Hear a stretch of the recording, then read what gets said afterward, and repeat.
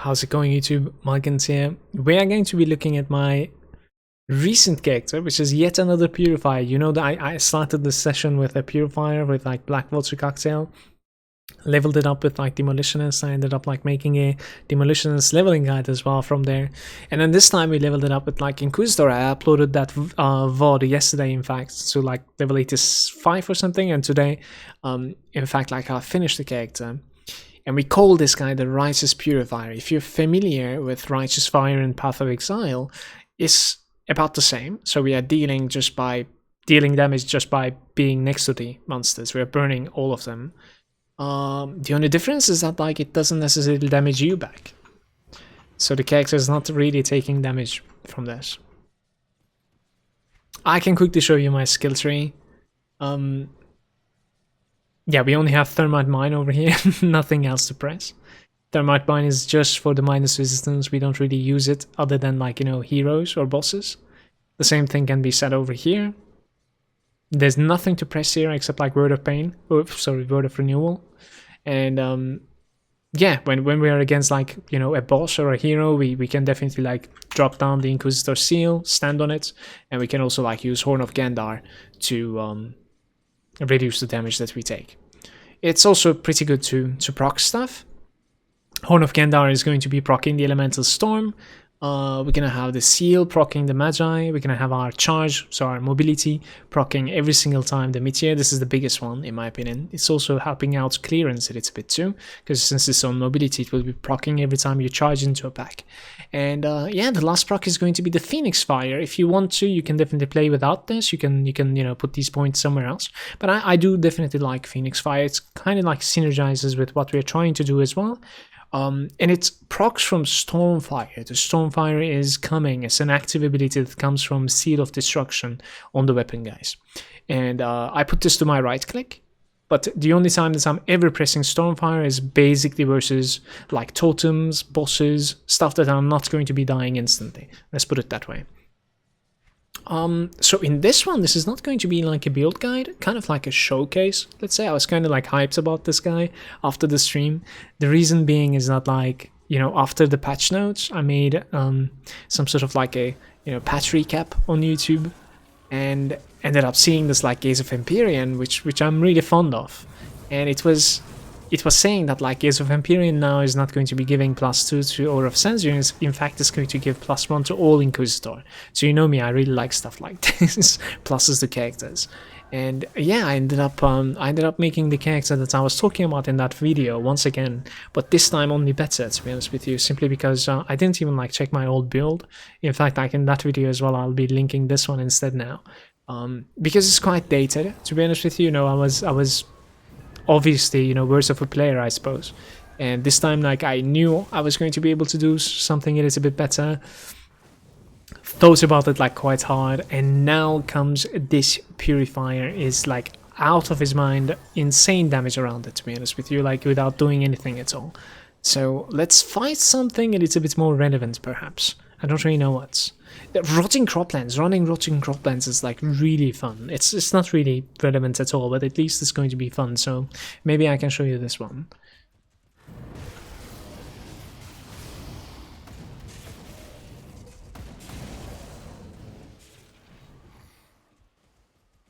So you charge, which is going to be proccing the Rain of Fire, and you can also shout, which is going to be proccing the Elemental Storm every single time. That is literally how I clear, guys, the entire screen up until like we find a hero. When I find a hero, I also drop a seal. I drop like Thermite Mines. If you really want, you can also like use or spam even the Stormfire. And you're, you know, the only reason that I'm making the video, like we'll be making a build guide out of it, is because like how strong he actually is. It's surprisingly strong. I wasn't really expecting this much. I do believe that like this, the reason is because like the abilities are completely maxed out in their like ultimate ranks, and they're being supported with, you know, multiple different things. It's not the best when it comes to like beginner friendly or beginner account friendly. Let's put it that way. It's definitely a beginner friendly build because like it's incredibly easy to, you know, not only understand what is going on but also to play it. But it's not beginner friendly in the sense that like the itemization, guys, is pretty difficult. Like I would say you would need every single one of these pieces, and they do come together to make this character. You do need this synergy from the itemization. That's what I'm trying to say. Let me know what you think in the comment section down below about a character like this.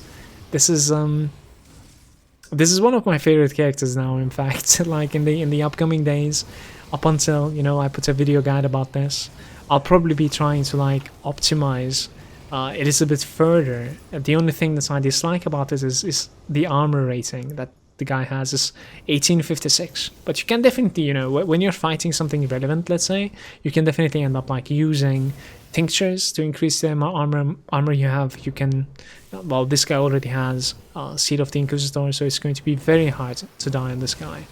I don't really want to talk about like literally everything that he has or he hasn't, but there's some sort of like a back-to-back layers of defense that this guy has as well, because of the way that I built him.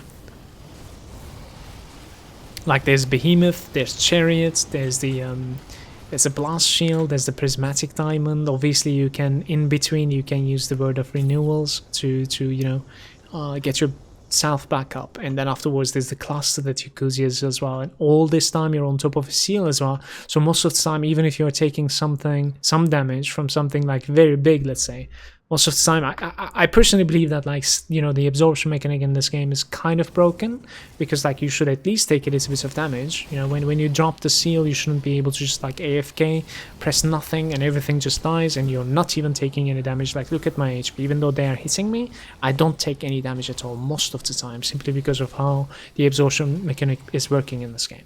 So I don't really like that, but it is what it is.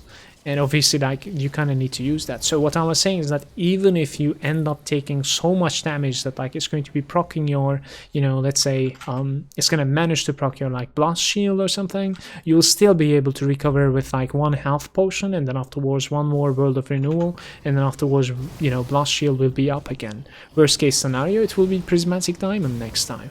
Prismatic Diamond and Blast Shield is down, and you're still taking too much damage. Okay, let's cluster. You know, there's so many layers that like it will be almost impossible for you to die unless it's like ridiculous amounts of damage that you're taking. Something, let's say, like a Ravager or something. That is definitely possible, but I wouldn't really like fight Ravager with this character either. There's no point. This character's, the entire goal was in fact to make a character that is sort of like a joke, let's say.